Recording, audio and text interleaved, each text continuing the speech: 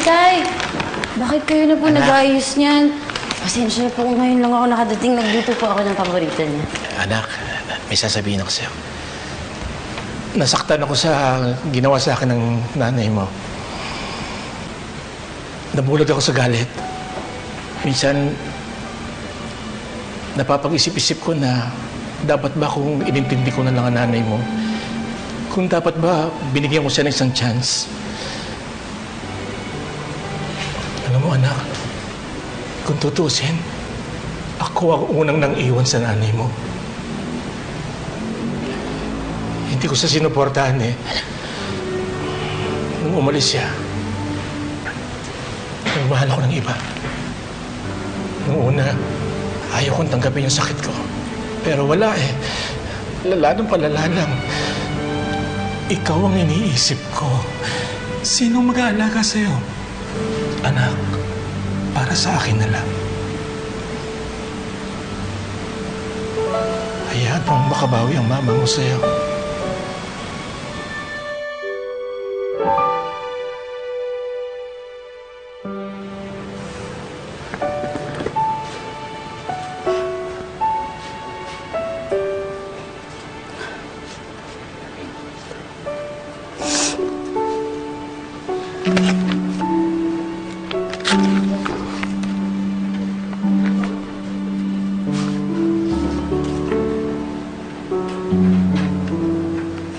Para sa pinakamaganda kong anak. Ella, ikaw ang una at huli kong naiisip sa araw-araw.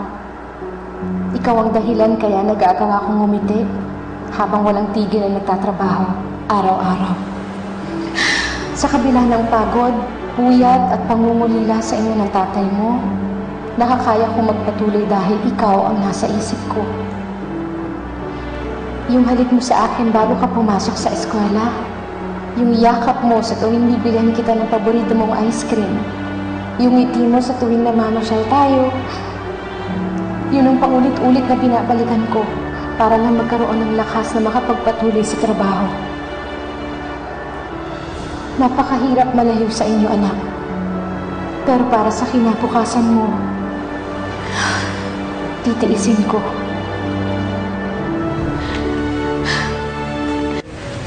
Ma'am, may bisita po kayo? I'm busy. Sabi mo magpa-schedule na lang bukas. Sige, babalik na lang ako. Ella! No! Don't go! Please stay! Ella, upo ka.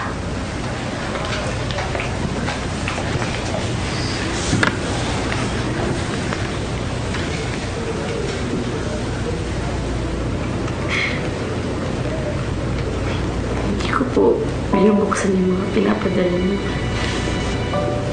Kasi ayoko nang makaramdam ko ulit. Ayoko pong mabasa na mahal niyo ako eh. Kasi baka maniwala ako ulit.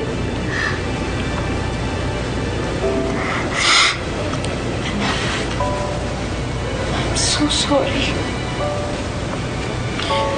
Ella, anak, mahal na mahal kita.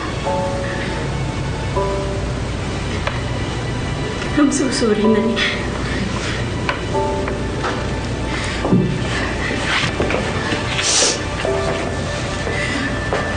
Anak, hindi kita dapat iniwan.